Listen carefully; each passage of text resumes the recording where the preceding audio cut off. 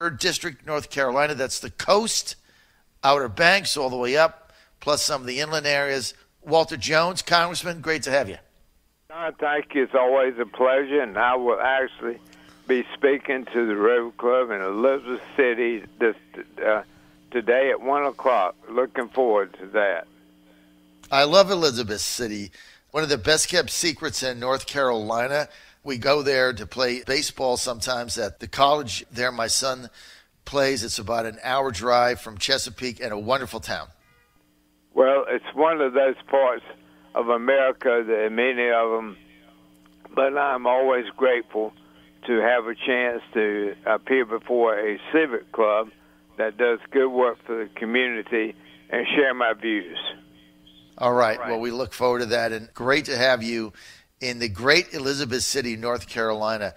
Congressman, I guess Duncan Hunter, $179,000 isn't enough money for him to make. You've been there a long time. Aren't you getting sick of all this stuff, all this swampy stuff? John, like you and many of your listeners, I am just so distressed that people have forgotten integrity and do not try to live by the teachings in the Bible. And the world we live in is in chaos. Let's get to the situation in Turkey. We've got Pastor Andrew Brunson not being released by President Erdogan. President Trump saying, okay, well, here's what I'm going to do. You're holding an American against his will. We can find that he did nothing wrong. So you're either going to send our U.S. citizen back, or I'm going to double the steel tariffs from 25 to 50%, essentially taking you out of the steel market in the U.S. You'll have no access to our consumers because you're priced out of the market, and your economy is faltering now. That's going to tie up your cash. Plus, we're going to put other sanctions on you. And then his detractors say, well, wait a minute, Turkey's an ally. And then the president says, well, if they're an ally, give us back Pastor Andrew Brunson. So the question is the president doing the right thing by international economic leverage, or should we continue to go through back diplomatic channels and play nice? To me, I would rather see the diplomatic channels continue to try to bring him home. I don't know. It seems like the world is in such a volatile situation that anything that we try to do that would hurt the leadership of a nation could backfire. And I don't want to see that happen with Turkey. I'm sorry about the preacher wanting him released, but I'm like your statement. Why not continue to have the conversations with the diplomacy and see if that works? Well, I mean, the other hand of the argument, sir, is that it hasn't worked. And, the president campaigned on a platform of putting America first. And basically what the president is saying is putting America first means putting America's citizens first.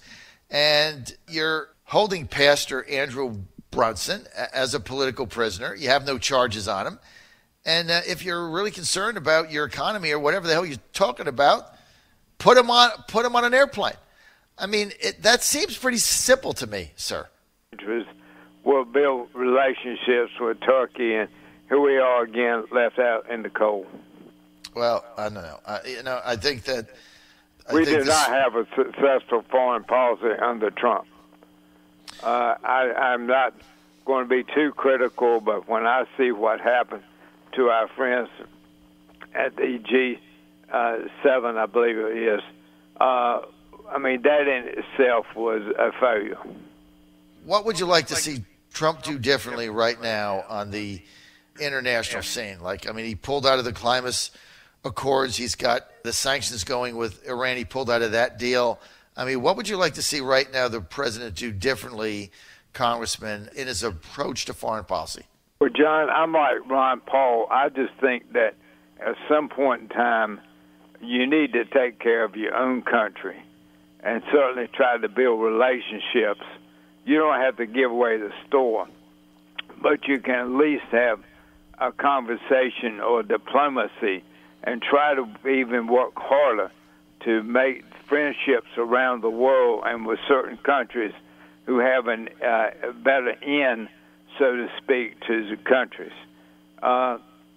This that we threat you with tariffs and all this stuff, and what it does, it backfires on our country.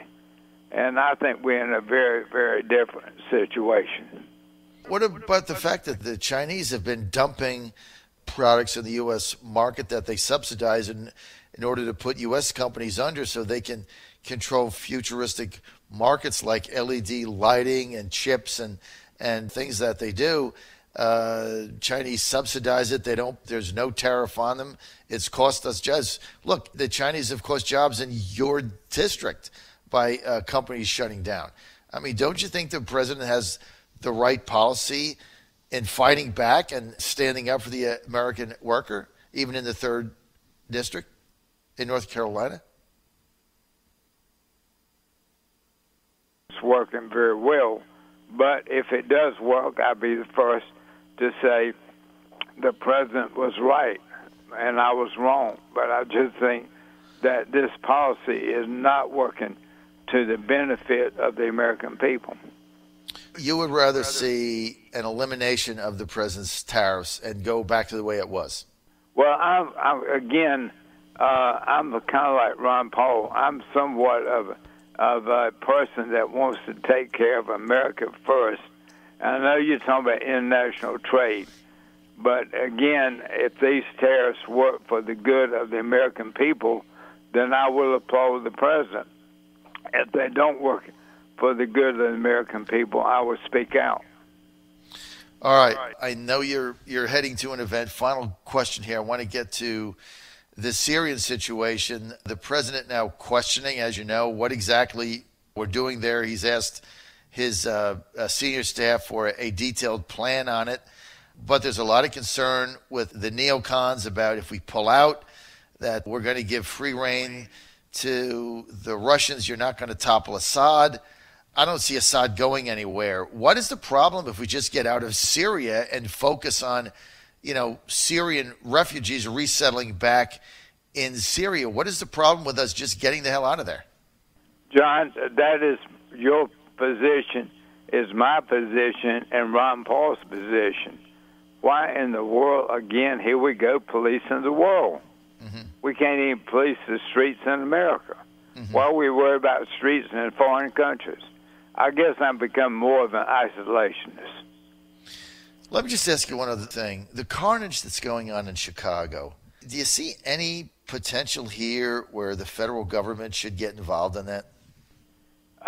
Not unless the leadership of Illinois asks for it. So if they don't ask for it, basically you just stay out. I don't want to see a police state, and one step in that direction could lead to a police state. Let's try to be helpful and offer our strongest, but again, I think we need to change the discussion, and if the leadership of Illinois wants to talk to Mr. Trump about some type of help, then that's different. But no, I think at this point, we just need to give them the resources that they need to fight the crime. I'm a little short on time. I want to thank the Congressman for being with us. Congressman Walter Jones, 3rd District, North Carolina, headed to Elizabeth City, one of my favorite places. Congressman, have a great speech there. We'll see you soon. Thank you, sir.